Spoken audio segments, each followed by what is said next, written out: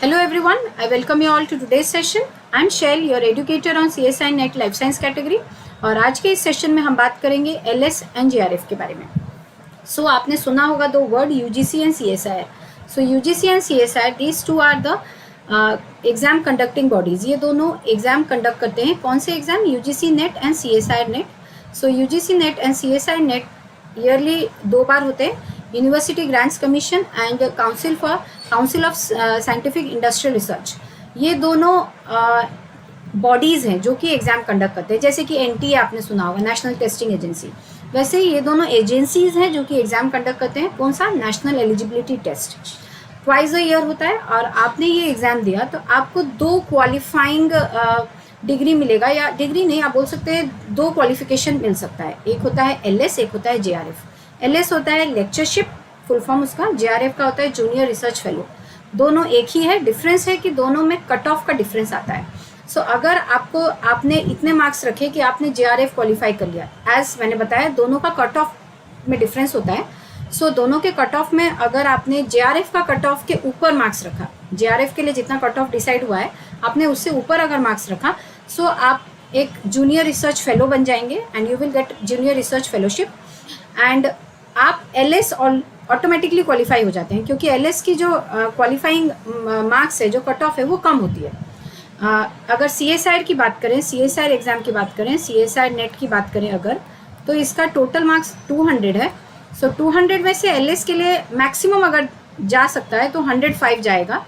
And अगर JRF की बात करें, मैक्सिमम अगर सेफेस्ट साइड तो 115 से 118 के आसपास में रहता है.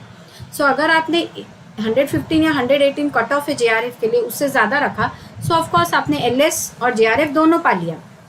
अगर आपने 105 एंड उसके अबाव रखा, जो कि लेट्स सपोज कट ऑफ है LS के लिए, आप सिर्फ LS क्वालिफाई किए.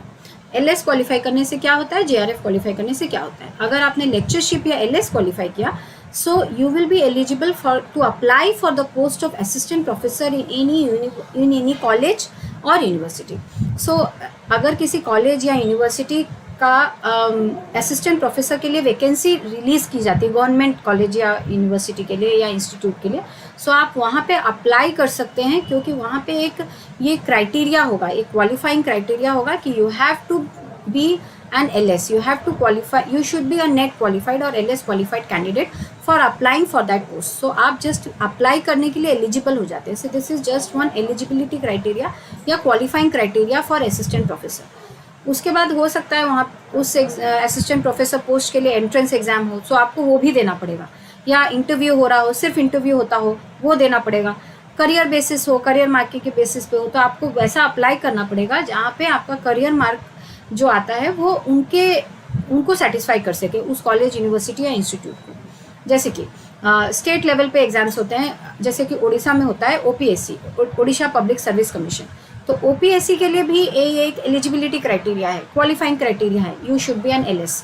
अगर आप LS हैं, आपके पास LS की क्वालिफिकेशन है, you can apply. You have to write the entrance exam, then you have to face the interview. Then if you qualify the entrance exam and interview, then you can get a job as an assistant professor in any college under Odisha government. आगे आपको समझ में. Then आपको Unacademy के बारे में थोड़ा बता दूँ. Unacademy is the largest platform where you can enroll to crack CSI NET entrance exam. My code is SHELL-K10, which you can use for maximum benefits.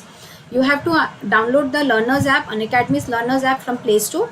You have to give your goal CSI UGC NET. Then you will be asked to buy the subscription. अगर आपको subscription चाहिए, 2 तरह के subscription का option आपके पास आएगा, plus and iconic. यहाँ पे प्लस के चार्जेस हैं. These are the charges of the plus subscription and duration. 1 month का है 2900 टोटल, 3 मंथ्स का है 6250 टोटल, 2083 पर मंथ. 6 मंथ्स का है 11600 टोटल, 1933 पर मंथ. 12 मंथ्स का है 14,500 total, 1,208 per month. And 24 months का है 20,000 total, 833 rupees per month. And मेरा कोड है SHELL-K10, क्योंकि ये कोड यूज़ करेंगे तो आपको 10% ऑफ मिलेगा. एंड यही कोड यूज़ करने से आप जब ऐप डाउनलोड करेंगे, वहाँ पे मैं स्पेशल क्लासेस लेती हूँ. ऐप पे स्पेशल क्लासेस लेती हूँ, यूट्यूब पे क्लासेस लेती हूँ 7 PM पे डेली इवनिंग में. ऐप पे भी स्पेशल क्लासेस लेती हूँ. तो वो स्पेशल क्लासेस फ्री हैं, उन्हें भी देखने के लिए आपको यही कोड यूज़ करना है. 10% ऑफ पाने के लिए भी यही कोड यूज़ करना है। देन आइकॉनिक के चार्जेस यहाँ है, 6 मंथ्स का है 18,000 टोटल, 3,000 पर मंथ, 12 मंथ्स का है 26,000 total, 2,167 per month, and 24 months का है 45,000 टोटल, 1,875 पर मंथ। सेम मेरा कोड यूज़ करेंगे तो आप मेरी क्लासेस अनलॉक कर पाएंगे ऐप पे, एंड 10% ऑफ मिलेगा अगर आप सब्सक्रिप्शन बाई करेंगे तब। Okay, so that's all. फिर JRF की बात करते हैं। जूनियर रिसर्च फेलो या जूनियर रिसर्च फेलोशिप आपको मिलेगी अगर आपने हायर कट ऑफ के ऊपर दे दिया। जैसे कि अगर 200 मार्क्स है तो 105 हो गया LS के लिए, 115 हो गया JRF के लिए। आपने 115 या अबव मार्क्स रखा है, so you will be awarded with junior research fellowship, and this is also a qualifying या एलिजिबिलिटी क्राइटेरिया फॉर PhD।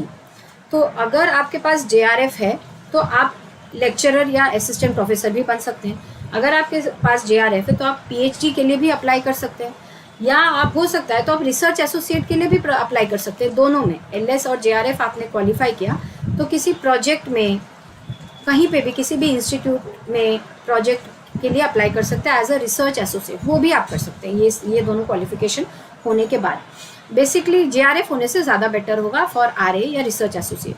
सो अगर आपने आपको PhD करनी है किसी भी कॉलेज, किसी भी यूनिवर्सिटी या इंस्टीट्यूट से, सो अगर आपने JRF क्वालिफाई किया है, so you can apply over there, and वहाँ पे आपको एंट्रेंस नहीं देना पड़ेगा, you will have to only face the interview.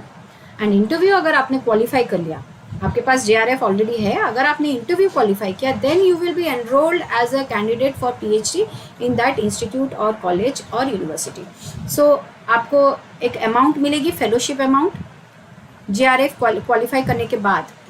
LS के लिए नहीं, सिर्फ JRF के लिए फेलोशिप मिलेगी, विच is 31,000 per month for first 2 years, and then 35,000 per month for the next 3 years। 5 years के लिए आपको मिल सकती है। So you can pursue your PhD and you have to complete within 5 years अगर आप फेलोशिप को यूज़ करके PhD करना चाहते हैं। अगर आपकी 5 years से ज़्यादा PhD का टर्न जाता है, so you have to work without fellowship, आपको फेलोशिप के बिना चलना पड़ेगा।